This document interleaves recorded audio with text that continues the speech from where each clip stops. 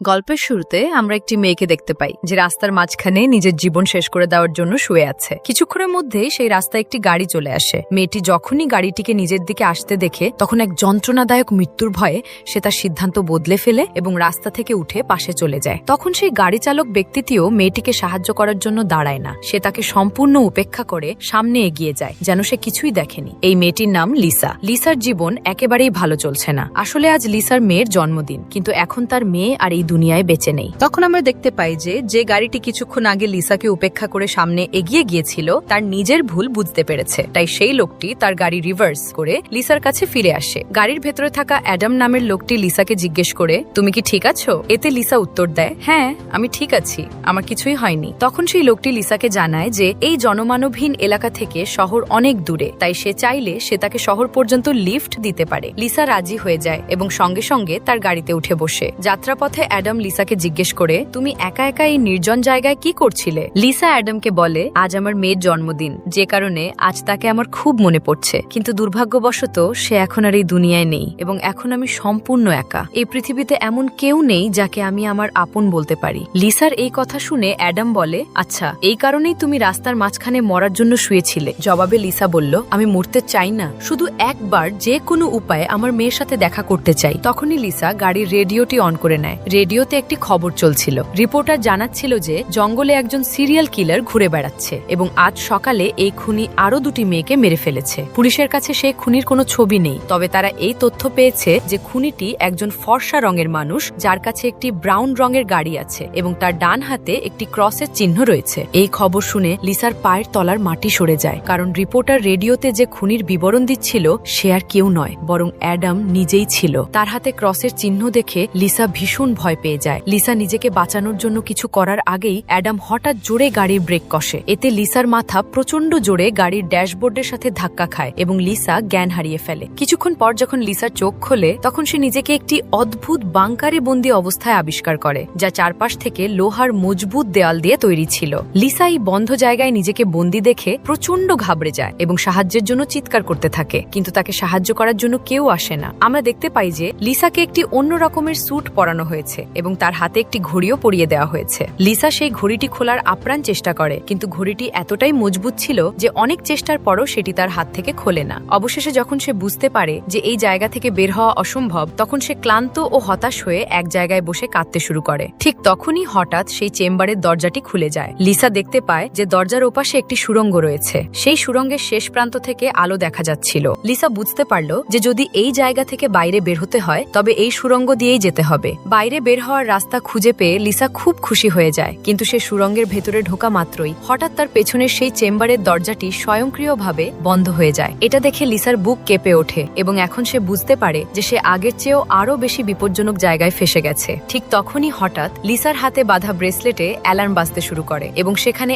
11 মিনিটের একটি timer set হয়ে যায়। এটা দেখে লিসা বুঝতে পারে যে তাকে যে কোনো উপায়ে 11 মিনিটের মধ্যে এখান থেকে বের হতে হবে, তা না হলে সে চিরতরে এখানে বন্দী হয়ে রয়ে যাবে। তাই লিসা নিজের হাত ও পায়ের ওপর ভর দিয়ে হামাগুড়ি দিয়ে দ্রুত সেই আলোর দিকে এগিয়ে যেতে থাকে। কিন্তু সে যতই আলোর কাছাকাছি পৌঁছাচ্ছিল ততই হঠাৎ সেই সুড়ঙ্গের সামনের দরজাটি আস্তে আস্তে বন্ধ হতে শুরু করে। এটা দেখে লিসা আরো বেশি গতিতে সামনে এগোতে থাকে, কিন্তু যখন সে সেই দরজার কাছে পৌঁছায় ততক্ষণে দরজাটি সম্পূর্ণ বন্ধ হয়ে গিয়েছিল। লিসা কিছুই বুঝতে পারছিল না যে এখন এখান থেকে কিভাবে বের হবে। সে চিৎকার করে কাঁদতে শুরু করে। ঠিক তখনই তার নজর পড়ে সেই দরজার পাশ দিয়ে যাওয়া অন্য একটি সুড়ঙ্গের ওপর, কিন্তু সেই রাস্তাটি অত্যন্ত সরু ছিল। লিসা আর অন্য কোনো উপায় না দেখে সাহস করে কোনো রকমে সেই সুড়ঙ্গের ভেতরে ঢুকে পড়ে এবং অনেক কষ্টের পর সে সেই রাস্তাটি পার হতে সক্ষম হয়। সামনে এগিয়ে সে এমন একটি জায়গায় পৌঁছায় যেখানে প্ল্যাটফর্মের মতো দুটি রাস্তা তৈরি হয়েছিল। একটি রাস্তা ওপর দিয়ে যাচ্ছিল এবং অন্যটি নিচ দিয়ে। লিসা কিছুই বুঝতে না পেরে ওপরের রাস্তাটি বেছে নেয় এবং হাঁটুর ওপর ভর দিয়ে সামনে এগোতে থাকে, কিন্তু কিছুটা সামনে যেতেই নিচের মেঝেটি ওপরের দিকে উঠতে শুরু করে। যদি সময় থাকতে লিসা ওখান থেকে বের হতে না পারে তবে নিচের রাস্তাটি তাকে উপরের ছাদের সাথে পিষে মেরে ফেলবে। লিসা ভয়ে অত্যন্ত দ্রুততার সাথে সামনে এগোতে থাকে। সে সেই জায়গার মাঝখানে প্রায় পিষে যাওয়ার মতোই অবস্থায় চলে গিয়েছিল। ঠিক তখনই এই সুড়ঙ্গের শেষ প্রান্তে তার হাত পৌঁছে যায় এবং রাস্তাটি সম্পূর্ণ বন্ধ হওয়ার ঠিক আগের মুহূর্তে লিসা নিজের জীবন বাঁচিয়ে ওখান থেকে বের হতে সফল হয়। নিজেকে কুঁচকে যাওয়ার হাত থেকে বাঁচিয়ে সে স্বস্তির নিঃশ্বাস ফেলে, কিন্তু সে জানতো না যে এখন তার জন্য মুশকিলত আরো বাড়তে চলেছে, কারণ সামনের রাস্তা রাস্তাটি আরো বেশি বিপজ্জনক। ঠিক তখনই তার ঘড়িতে অ্যালার্ম বেজে ওঠে। এই অ্যালার্মটি জানাচ্ছিল যে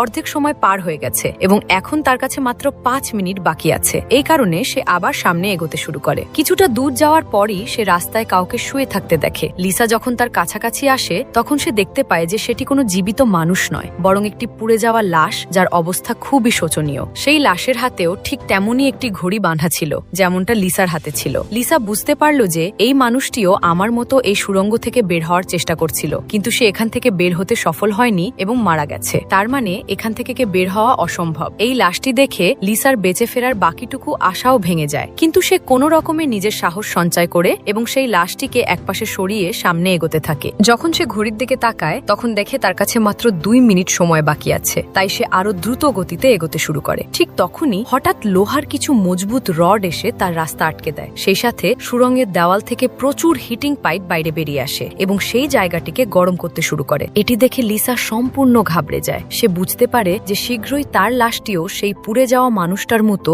এই সুড়ঙ্গে পড়ে থাকবে। এরপর কি করতে হবে সে কিছুই বুঝতে পারছিল না। ঠিক তখনই তার পেছনের দেওয়ালের একটি ছোট অংশ খুলে যায়। এটি দেখে লিসা পেছনের দিকে হামাগুড়ি দিয়ে তার ভেতরে ঢুকে পড়ে। পরের মুহূর্তেই একটি কাচের দরজা সেই অংশটিকে পুরোপুরি বন্ধ করে দেয়। লিসার হাতে থাকা ঘড়ির টাইমার যখনই শূন্যে পৌঁছায় তখনই সেই হিটিং পাইপগুলো থেকে ফোয়ারার মতো আগুন বের হতে শুরু করে এবং দেখতে দেখতে পুরো সুড়ঙ্গটি আগুনের লেলিহান শিখায় ডুবে যায়। লিসা যে অংশে বন্ধ ছিল সেটি সম্পূর্ণ নিরাপদ ছিল, যার কারণে তার প্রাণ বেঁচে যায়। কিছুক্ষণ পর সেই হিটিং পাইপগুলো আবার দেওয়ালের ভেতরে চলে যায় এবং লিসা যে চেম্বারে বন্ধ ছিল সেটির দরজা খুলে যায়। লিসা মাত্রই নিজের চোখের সামনে যা দেখলো সেই ভয়ে সে আর বাইরে বের হতে যাচ্ছিল না, কিন্তু সেই চেম্বারের দেওয়াল লিসাকে ধাক্কা দিয়ে বাইরে বের করে দেয় এবং আগের মতোই সুড়ঙ্গের সাথে জুড়ে যায়। লিসা বাইরে আসা মাত্রই তার ঘড়িতে আবার 11 মিনিটের টাইমার সেট হয়ে যায়। সে কিছুটা সামনে এগোতেই সুড়ঙ্গের ওপরের অংশটি নিচে নেমে আসে এবং একদম তার শরীরের সাথে ল্যাপটে যায়। শুধু এটুকুই ফাঁকা জায়গা ছিল যাতে সে হামাগুড়ি দিয়ে সামনে এগোতে পারে। লিসা এখন পুরোপুরি নিরুপায় হয়ে পড়েছিল। সে ডুকরে কাঁদতে শুরু করে। যখন তার নজর ঘড়ির ওপর পড়ে তখন দেখে সময় শেষ হয়ে আসছে। এর অর্থ ছিল যে ঠিক 11 মিনিট পর এই সুড়ঙ্গে আবার আগুনের বন্যা আসবে এবং লিসাকে পুড়িয়ে ছাই করে দেবে। সে ভাবে যে এত যন্ত্রণাদায়ক মৃত্যু বরণ করার চেয়ে কেননা আরও একবার এখান থেকে বের হওয়ার চেষ্টা করা যাক। তাই সে আবার সাহস যোগায় এবং নিজের জীবন বাঁচাতে পিঠের ওপর ভর দিয়ে নিজের হাতের সাহায্যে হামাগুড়ি দিয়ে সামনে এগোতে থাকে। কিছুটা দূর এভাবে যাওয়ার পর সুড়ঙ্গটি শেষ হয়ে যায় এবং সামনে জলের একটি ট্যাঙ্ক চলে আসে। লিসা ভীষণ ক্লান্ত হয়ে পড়েছিল এবং তৃষ্ণায় তার বুড়ো হাল হয়ে গিয়েছিল। সে ওইভাবেই শুয়ে শুয়ে হাতের সাহায্যে জল খেয়ে নিজের তৃষ্ণা মেটায়। যখন সে তার ঘড়ির দিকে তাকায় তখন দেখে আর মাত্র 8 মিনিট বাকি আছে। এখন জল ছাড়া তার সামনে আর অন্য কোনো রাস্তা খোলা ছিল না, তাই সে একটি লম্বা শ্বাস নিয়ে জলের ভেতরেই নেমে গেল। জলে নামার পর দেখা গেল ট্যাঙ্কটি বেশ বড় ছিল। সে এখন বুঝতে পারছিল না যে কোন দিকে যাবে। সে এখানে ওখানে জলের মধ্যে বের হওয়ার রাস্তা খুঁজতে লাগলো, কিন্তু সে কোনো রাস্তা খুঁজে পেল না। অন্যদিকে যে রাস্তা দিয়ে সে এই ট্যাঙ্কে নেমেছিল সেই রাস্তাও এখন বন্ধ হয়ে গিয়েছিল। এবার তার দমও আটকে আসছিল। ঠিক তখনই ট্যাঙ্কের ওপরের দিকে একটি দরজা খুলে গেল। লিসা দ্রুত সেই দরজা দিয়ে ওপরের দিকে উঠে এলো। বাইরে বের হওয়া মাত্রই সে জোরে জোরে শ্বাস নিতে লাগলো এবং সামনের পথ চলতে শুরু করলো। কিন্তু লিসা ভীষণ ক্লান্ত হয়ে পড়েছিল। সামনে এগিয়ে যাওয়া তার জন্য খুব কঠিন হয়ে উঠছিল এবং কিছুক্ষণের মধ্যেই প্রচন্ড ক্লান্তির কারণে মাঝ রাস্তাতেই লিসার চোখ লেগে গেল। সে ঘুমিয়ে পড়ল, কিন্তু তখনই লিসার কানে কারো চিৎকার করে কাঁদার আওয়াজ ভেসে এলো। সেখানে আরো কেউ একজন ছিল যে সাহায্যের জন্য ডাকছিল। তার গলা শুনে লিসার মনে বেঁচে ফেরার একটা আশা জেগে উঠল। তাই সে দ্রুত সেই আওয়াজটি লক্ষ্য করে এগিয়ে যেতে লাগলো। হঠাৎ এক জায়গায় ঠিক তার নিচের একটি দরজা খুলে গেল, যার ভেতরে ফুটন্ত অ্যাসিড ছিল। লিসা সেই অ্যাসিডে পড়ে যাওয়ার হাত থেকে অল্পের জন্য রক্ষা পেল। সেই অ্যাসিড এতটাই বিপজ্জনক ছিল যে একটি মজবুত লোহাকেও মাত্র কয়েক সেকেন্ডে গলিয়ে দিতে পারত। লিসা তাড়াতাড়ি তার পোশাকের একটা টুকরো কেটে নেয় এবং সেটি পরীক্ষা করার জন্য অ্যাসিডে ডোবায়। কাপড়ের টুকরোটি মাত্র কয়েক সেকেন্ডের মধ্যে কালো ছায়ে পরিণত হয়। এটি দেখে সে খুব সাবধানে সামনে এগোতে থাকে। সে নিজের হাত ও পা সেই গর্তের কিনারায় রেখে জায়গাটি পার হতেই যাচ্ছিল, ঠিক তখনই তার হাঁটু অ্যাসিডে লেগে যায়। এতে লিসা যন্ত্রণায় চিৎকার করে ওঠে। ভাগ্যবশত তার স্যুটের কারণে তার হাঁটু গলে যাওয়ার হাত থেকে বেঁচে যায়, কিন্তু তার হাঁটুতে একটি গভীর ক্ষত তৈরি হয়েছিল। ভালো বিষয় এটাই ছিল যে এখন সেই সাহায্যের আওয়াজটি বেশ কাছ থেকে আসছিল। লিসা নিজের যন্ত্রণা ভুলে আবার সেই আওয়াজটি অনুসরণ করতে লাগলো এবং অবশেষে সে একটি লোহার গ্রিডের কাছে গিয়ে পৌঁছালো। তার থেকে কিছুটা দূরে আরো একটি গ্রিড ছিল, যার পেছনে একটি লোক দাঁড়িয়েছিল। সেই লোকটিও লিসার মতো মতোই হাতে ঘড়ি এবং একটি স্যুট পরেছিল। লিসা তাকে বলে, দেখো আমার কথা শোনো, আমরা দুজনেই এখানে ফেসে গেছি। যদি আমরা একে অপরকে সাহায্য করি তবে এখান থেকে বের হতে পারবো। কিন্তু সেই লোকটি অনেক দীর্ঘ সময় ধরে ওই সুড়ঙ্গে আটকে থাকার কারণে তার মানসিক ভারসাম্য নষ্ট হয়ে গিয়েছিল। সে কখনো লিসাকে গালিগালাজ করতে শুরু করত, আবার কখনো দুঃখ প্রকাশ করত। সে বলছিল এই লোকেরা খুব শীঘ্রই ফিরে আসবে এবং আমাদের দুজনকে মেরে ফেলবে। এই কথা বলে সেই পাগলটি হা হা করে জোরে জোরে হাসতে লাগলো। ঠিক তখনই লিসা দেখতে পায় যে তার হাতে বাঁধা ঘড়িতে 60 সেকেন্ডের কাউন্টডাউন শুরু হয়ে গেছে। সেই হিটিং পাইপগুলো আবার দেওয়াল থেকে বাইরে বেরিয়ে এলো, আর এবার বেঁচে থাকার জন্য যে সেফটি সেকশনটি ছিল সেটি লিসা এবং ওই লোকটির ঠিক মাঝখানে খুলে গেল, যেটিতে মাত্র একজন মানুষেরই লুকিয়ে থাকার জায়গা ছিল।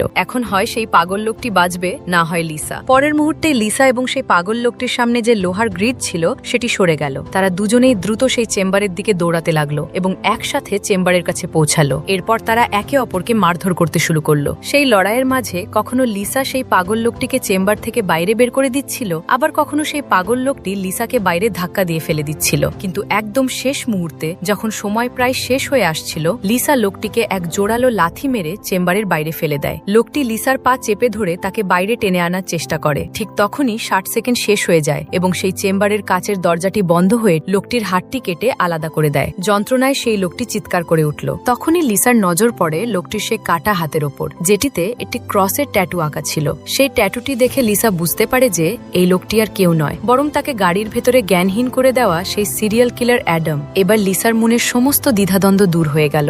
আগে লিসা ভাবছিল যে অ্যাডামই হয়তো তাকে এখানে বন্দী করে রেখেছে, কিন্তু তার সেই ধারণা ভুল ছিল, কারণ অ্যাডাম নিজেই এখন মৃত্যুর মুখে দাঁড়িয়েছিল। দেখতে দেখতে লিসার ঘড়িতে 11 মিনিটের সময় সম্পূর্ণ হয়ে গেল এবং সেই হিটিং পাইপ থেকে বেরিয়ে আসা তীব্র আগুন মাত্র কয়েক সেকেন্ডের মধ্যে অ্যাডামকে পুড়িয়ে ছায়ে পরিণত করল। নিজের চোখে অ্যাডামের এই ভয়াবহ মৃত্যু দেখে লিসা ভয়ে থর থর করে কাঁপতে লাগলো। কিছুক্ষণ পর সেই সেফটি সেকশনের ভেতরের একটি ছোট সুড়ঙ্গ থেকে একটি রোবট প্রবেশ করলো। সেটি দেখতে একটি ভয়ঙ্কর মাথার খুলির মতো ছিল। এই রোবটটি লিসার কোনো ক্ষতি করল না, বরং অ্যাসিডে পুড়ে যাওয়া তার হাঁটুটি পুরোপুরি ঠিক করে দিল। লিসা তাকে জিজ্ঞেস করলো যে সে কে এবং তাকে এখানে কেন নিয়ে আসা হয়েছে। উত্তরে সেই রোবটের মুখ থেকে একটি অদ্ভুত টুল বের হয়ে এলো এবং সেটি লিসার স্যুটের সাথে কানেক্ট হয়ে গেল। সেই টুলের সাহায্যে লিসার মনে ফ্ল্যাশব্যাকের সমস্ত কথা ভেসে উঠতে লাগলো। যখন সে গাড়িতে অ্যাডামের সাথে ছিল এবং অ্যাডামের আসল সত্যিটা জেনে যাওয়ার পর অ্যাডামের সাথে তার ধস্তাধস্তি হয়েছিল, সেই সময়ে অ্যাডাম লিসার বুকে ছুরি দিয়ে আঘাত করেছিল এবং তাকে গাড়ি থেকে বাইরে ছুঁড়ে ফেলে দিয়েছিল। ঠিক সেই মুহূর্তেই লিসা আকাশ থেকে নিজের দিকে একটি সাদা আলো নেমে আসতে দেখেছিল। এরপর লিসা আবার বাস্তবে ফিরে আসে। লিসা এখন একটা বিষয় পরিষ্কার বুঝতে পারল যে সেই এলিয়েনরাই পিশাচ অ্যাডামের হাত থেকে তার প্রাণ বাঁচিয়েছিল এবং তাকে এখানে নিয়ে এসেছিল। কিন্তু তারা তাকে এখানে কেন এনেছে সেটি না জানিয়েই রোবটটি সেখান থেকে চলে গেল। লিসা এটাও বুঝতে পারল যে এরা যারাই হোক না কেন তারা তাকে মেরে ফেলতে চায় না, শুধু তাকে এই গেমটি পার করতে হবে, তবেই সে এখান থেকে বের হতে পারবে। লিসা এবার সামনের পথ চলার জন্য সেই চেম্বার থেকে বাইরে বেরিয়ে এলো। অ্যাডামের সেই কেটে যাওয়া হাতটিও সেখানে পড়েছিল। ঠিক সেই সময় লিসা সেই কাটা হাতের টাইমারের নিচে কিছু প্রতীক দেখতে পেল। লিসা সেই প্রতীকগুলোর অর্থ বোঝার চেষ্টা করছিল। ঠিক তখনই একটি ঘূর্ণায়মান পাখা তার দিকে এগিয়ে আসতে লাগলো। সেটি দেখে লিসা নিজের জীবন বাঁচাতে পেছনের দিকে সরতে লাগলো এবং অল্পের জন্য বেঁচে গিয়ে একটি ছিদ্র দিয়ে ওপরের সুড়ঙ্গে চলে গেল। তখনই হঠাৎ সে সুড়ঙ্গের ওপর থেকে কারো হেঁটে যাওয়ার আওয়াজ শুনতে পেল। সেই আওয়াজটি এক জায়গায় গিয়ে থেমে গেল। ঠিক সেই জায়গার সুড়ঙ্গের ঢাকনাটি খুলে গেল এবং তার ভেতর থেকে একটি অত্যন্ত ভয়ঙ্কর প্রাণী নিচে নেমে এলো। সেটি দেখতে মানুষের মতো হলেও পশুর মতো গর্জন করছিল। তার শরীর সম্পূর্ণ পুড়ে গিয়েছিল এবং তার চোখ দুটো সাদা পাথরের মতো চকচক করছিল। তখনই লিসার নজর প্রাণীটির সেই কেটে যাওয়া হাতের দিকে গেল। তার কাটা হাত দেখে লিসা বুঝতে পারল যে সে আর কেউ নয়, বরং অ্যাডাম, যে আগুনে পুড়ে যাওয়ার পর এখন একটি রাক্ষসে পরিণত হয়েছে। এখন সে লিসাকে মেরে ফেলতে চায়। অ্যাডামের চোখ দুটো পুড়ে নষ্ট হয়ে গিয়েছিল, যার কারণে সে লিসাকে দেখতে পাচ্ছিল না, কিন্তু সে সবকিছু শুনতে পাচ্ছিল। লিসা নিঃশব্দে আস্তে আস্তে সামনে এগোতে শুরু করলো, কিন্তু তখনই মেঝেতে তার ঘড়িটি লেগে একটি হালকা আওয়াজ তৈরি হলো। এতে অ্যাডাম তার উপস্থিতি টের পেয়ে গেল এবং দ্রুত লিসাকে মারার জন্য তার পেছনে তাড়া করল। লিসা প্রায় তার হাতের নাগালে চলেই এসেছিল। ঠিক তখনই লিসা এটি অত্যন্ত সরু সুড়ঙ্গ দিয়ে ওপাশে পার হয়ে গেল। অ্যাডাম কিছু দেখতে না পাওয়ার কারণে সে ওই জায়গাটি পার হতে পারল না। লিসা সেই সুড়ঙ্গ দিয়ে সামনে এগিয়ে এমন একটি জায়গায় পৌঁছালে যেখানে তার সামনে যাওয়ার জন্য দুটি রাস্তা ছিল। লিসা কিছুই বুঝতে পারছিল না যে কোন রাস্তাটি বেছে নেওয়া উচিত। অনেক ভাবার পরও যখন সে কিছু বুঝতে পারল না, তখন সে একটা আন্দাজে বাম দিকে সুড়ঙ্গে ঢুকে পড়ল। সুড়ঙ্গের বাইরে একটি ঘর ছিল, যার চারপাশ কাচের দেওয়াল দিয়ে তৈরি ছিল। সেই দেওয়ালগুলোতে লিসা তার জন্ম থেকে শুরু করে নিজের নিজের মেয়ের জন্ম দেওয়া পর্যন্ত সমস্ত স্মৃতি দেখতে পাচ্ছিল। সেখানে লিসা এটাও দেখল যে কিভাবে তার নিজের অসাবধানতার কারণে তার মেয়ের প্রাণ চলে গিয়েছিল। লিসা তার মেয়েকে মনে করে ডুকরে কাঁদতে লাগলো। ঠিক তখনই সে দেখল যে ওপরের ছাদ থেকে অ্যাডাম আবার তার পেছনে তাড়া করে আসছে, কিন্তু লিসা তার কাছ থেকে নিজের প্রাণ বাঁচিয়ে অন্য একটি সুড়ঙ্গে পৌঁছে গেল। সেখানে সে এমন কিছু দেখল যা দেখে তার খুশির সীমা রইল না। সে দেখল যে সেই সুড়ঙ্গের শেষ প্রান্তে বাইরে নীল আকাশ চকচক করছে। নিজের স্বাধীনতাকে এত কাছ থেকে দেখে লিসার মনে আবারও সাহস ফিরে এলো, কিন্তু সেই সুড়ঙ্গটি পার হওয়ার জন্য তাকে একটি কাঁটাতার দিয়ে ঘেরা রাস্তার ভেতর দিয়ে যেতে হবে। এখন আর মাত্র 60 সেকেন্ড সময় বাকি ছিল। পরের মুহূর্তে হিটিং পাইপগুলো দেওয়াল থেকে বাইরে বেরিয়ে এলো, যা 60 সেকেন্ড শেষ হওয়া মাত্রই ওই জায়গাটিকে আগুনে পুড়িয়ে ছাড়খাড় করে দেবে। লিসা আর সময় নষ্ট না করে সেই কাঁটাতারের নিচ দিয়ে যেতে শুরু করলো, যার ফলে সেই ধারালো কাঁটাতারগুলো তার শরীরে ফুটে গিয়ে লিসার পিঠ খুব মারাত্মকভাবে কেটে দিল। লিসা প্রচন্ড যন্ত্রণার মধ্যে ছিল এবং তার পিঠ থেকে প্রচুর রক্তপাত হচ্ছিল, কিন্তু লিসা নিজের পরোয়া না করে আস্তে আস্তে আকাশের দিকে এগোতে লাগলো। তখনই পেছনের সুড়ঙ্গে একটি সেফটি চেম্বার খুলে গেল, যার ভেতরে অ্যাডাম চট করে ঢুকে লুকিয়ে পড়ল। এখন কিছুক্ষণের মধ্যেই আগুনের বন্যা আসতে চলেছিল। রক্তে ভেজা লিসা বাইরে বের হওয়ার আপ্রাণ চেষ্টায় ছিল, কিন্তু শরীর থেকে অনেক বেশি রক্ত বের হয়ে যাওয়ার কারণে এখন সামনে এগিয়ে যাওয়া তার জন্য কঠিন হয়ে উঠছিল। তার চোখের দৃষ্টি ঝাপসা হয়ে আসছিল। তখনই 60 সেকেন্ড শেষ হয়ে গেল এবং পরের মুহূর্তেই সেখানে আগুন বর্ষণ শুরু হলো। সেই আগুনের লেলিহান শিখা লিসাকে নিজের গ্রাসে নেওয়ার ঠিক আগের মুহূর্তে লিসার ঠিক নিচে একটি দরজা খুলে গেল এবং সে নিচের একটি চেম্বারে গিয়ে পড়ল ও জ্ঞান হারিয়ে ফেলল। কিছুক্ষণ পর যখন লিসার চোখ খুলল, তখন সে দেখল যে সে আবার ঠিক সেই জায়গাতেই ফিরে এসেছে যেখান থেকে সে যাত্রা শুরু করেছিল। অর্থাৎ এতক্ষণ ধরে এখান থেকে বের হওয়ার জন্য সে যত কষ্ট করেছিল তার সবকিছুই বৃথা গেল। এটি দেখে লিসা এবার ভেতর থেকে সম্পূর্ণ ভেঙে পড়ল। ঠিক তখনই সেই রোবটটি তার ক্ষতস্থানে মলমপট্টি করার জন্য আবারও সেখানে এলো। লিসা তাকে মলমপট্টি করতে বাধা দিল, কারণ সে আবারও এই সবকিছু সহ্য করার জন্য প্রস্তুত ছিল না। সে রোবটটিকে বলল যে সে এখন শুধু মরতে চায়। সেই রোবটটি লিসার কথা মেনে নিল এবং তার মুখ থেকে একটি ইনজেকশন বের করে লিসার শরীরের দিকে এগিয়ে যেতে লাগলো। ঠিক তখনই লিসার মনে অ্যাডামের হাতে তৈরি হওয়া সেই প্রতীকগুলোর কথা মনে পড়ে গেল। সে বুঝতে পারল যে নিশ্চয়ই ওই চিহ্নগুলো এখান থেকে বাইরে বের হওয়ার রাস্তা দেখাচ্ছে। তাই সে নিজের রক্ত দিয়ে দেওয়ালে অ্যাডামের হাতে থাকা সেই প্রতীকগুলো আঁকতে শুরু করলো। বেশ খুঁটিয়ে দেখার পর লিসা বুঝতে পারল যে এগুলো আসলে এক একটি অ্যারো, যা এখান থেকে বের হওয়ার দিক নির্দেশনা দিচ্ছে। যেমন প্রথম অ্যারোটি বাম দিকে বাঁকানো ছিল, এর অর্থ হলো রাস্তায় আসা প্রথম দুটি সুড়ঙ্গের মধ্যে তাকে বাম দিকে সুড়ঙ্গের ভেতরে যেতে হবে। দ্বিতীয় অ্যারোটি ডান দিকে বাঁকানো ছিল, অর্থাৎ প্রথম সুড়ঙ্গটি পার করার পর যখন আবার একসাথে দুটি সুড়ঙ্গ আসবে তখন ডান দিকে সুড়ঙ্গের ভেতরে যেতে হবে। তার মনে হলো যে নিশ্চয়ই আমার হাতের ঘড়ির নিচেও এই ধরনের কিছু প্রতীক তৈরি করা আছে, যা এখান থেকে বাইরে বের হওয়ার রাস্তা দেখাবে। এটি বুঝতে পেরেই লিসা সেই রোবটটিকে তার ক্ষতগুলো ঠিক করে দিতে বলল। ক্ষতস্থানে মলমপট্টি হতেই সে এক নতুন আশা নিয়ে আবার সুড়ঙ্গের ভেতরে বেরিয়ে পড়ল। লিসা আগেও এই সুড়ঙ্গগুলোর ভেতর দিয়ে গিয়েছিল, তাই সে খুব সহজেই সুড়ঙ্গগুলো পার করে সামনে এগিয়ে যেতে লাগলো এবং সেই অ্যাসিডে ভরা গর্তের কাছে গিয়ে থামলো। সেখানে সে নিজের ঘড়িটিকে অ্যাসিডে পুড়িয়ে কবজি থেকে আলাদা করে ফেলল। তার কবজিতেও ঠিক তেমনই কিছু প্রতীক ছিল যেমনটা অ্যাডামের হাতে ছিল, শুধু সেগুলোর মধ্যে সামান্য কিছু পরিবর্তন ছিল। লিসা সেই পুড়ে যাওয়া ঘড়িটি নিজের হাতে নিয়ে সামনে এগোতে লাগলো এবং ঠিক সেই জায়গায় পৌঁছে গেল যেখানে সে প্রথমবার এই দুটি টানেলের মধ্যে বাম দিকের টানেলটি বেছে নিয়েছিল। কিন্তু প্রতীকের নির্দেশ অনুযায়ী সঠিক সুড়ঙ্গটি ছিল ডান দিকেরটি। সে দ্রুত ডান দিকে সুড়ঙ্গে ঢুকে পড়ল, যেখানে সামনে গিয়ে সে আরো দুটি সুড়ঙ্গ দেখতে পেল, যার মধ্যে সঠিক সুড়ঙ্গটি ছিল বাম দিকের। এভাবেই লিসা তার হাতে থাকা চিহ্নের সাহায্যে প্রতিবার সঠিক রাস্তাটি বেছে নিয়ে সামনে এগিয়ে যাচ্ছিল। কিন্তু তখনই হঠাৎ আরো একবার অ্যাডাম তার পেছনে তাড়া করল। এখানে লিসা বুদ্ধিমত্তার সাথে কাজ করে অ্যাডামকে বিভ্রান্ত করার জন্য একটি সুড়ঙ্গের ভেতরে নিজের ঘড়িটি ছুঁড়ে ফেলে দিল এবং নিজে অন্য একটি সুড়ঙ্গে লুকিয়ে বসে রইল। অ্যাডাম ঘড়ির আওয়াজ অনুসরণ করতে করতে সেই অন্য সুড়ঙ্গটিতে ঢুকে পড়ল। অ্যাডাম চলে যাওয়ার পর লিসা যখন তার কবজিতে থাকা প্রতীকগুলো পরীক্ষা করল, তখন সে জানতে পারল যে সে অ্যাডামকে যে সুড়ঙ্গে পাঠিয়েছে সেটিই আসলে সঠিক সুড়ঙ্গ ছিল। এটি দেখে লিসা ভীষণ চিন্তায় পড়ে গেল। এখন লিসার কাছে আর অন্য কোনো উপায় ছিল না, তাই সে নিঃশব্দে অ্যাডাম যে টানেলে ছিল সে নিজেও সেই টানেলের ভেতরে ঢুকে পড়ল। এই টানেলটি বেশ অদ্ভুত ছিল, মনে হচ্ছিল এই টানেলটি যেন কোনো বিশাল পশুর পেট। লিসা আস্তে আস্তে সামনে এগোতে লাগলো। কিছুটা সামনে গিয়ে সে দেখল যে তার ঘড়িটি সামনে পড়ে আছে, কিন্তু অ্যাডামও সেখানে উপস্থিত রয়েছে। অ্যাডাম যেহেতু এখন দেখতে পাচ্ছিল না, তাই লিসা গোপনে সেই ঘড়িটি তুলে নেয়। কিন্তু তখনই ঘড়িতে 7 সেকেন্ড বাকি থাকার অ্যালার্মটি বেজে উঠল, যার আওয়াজে অ্যাডাম লিসার উপস্থিতি টের পেয়ে গেল। সে আবারও লিসাকে তাড়া করতে শুরু করলো। তার হাত থেকে বাঁচতে লিসা যে রাস্তা দিয়ে এসেছিল ঠিক সেই রাস্তা দিয়েই পেছনের দিকে দৌড়াতে লাগলো। সেই সময়ে লিসার ঘড়িতে 60 সেকেন্ডের উল্টো গণনা শুরু হয়ে গিয়েছিল এবং সুড়ঙ্গ থেকে হিটিং পাইপগুলো বেরিয়ে এসেছিল। সেই সাথে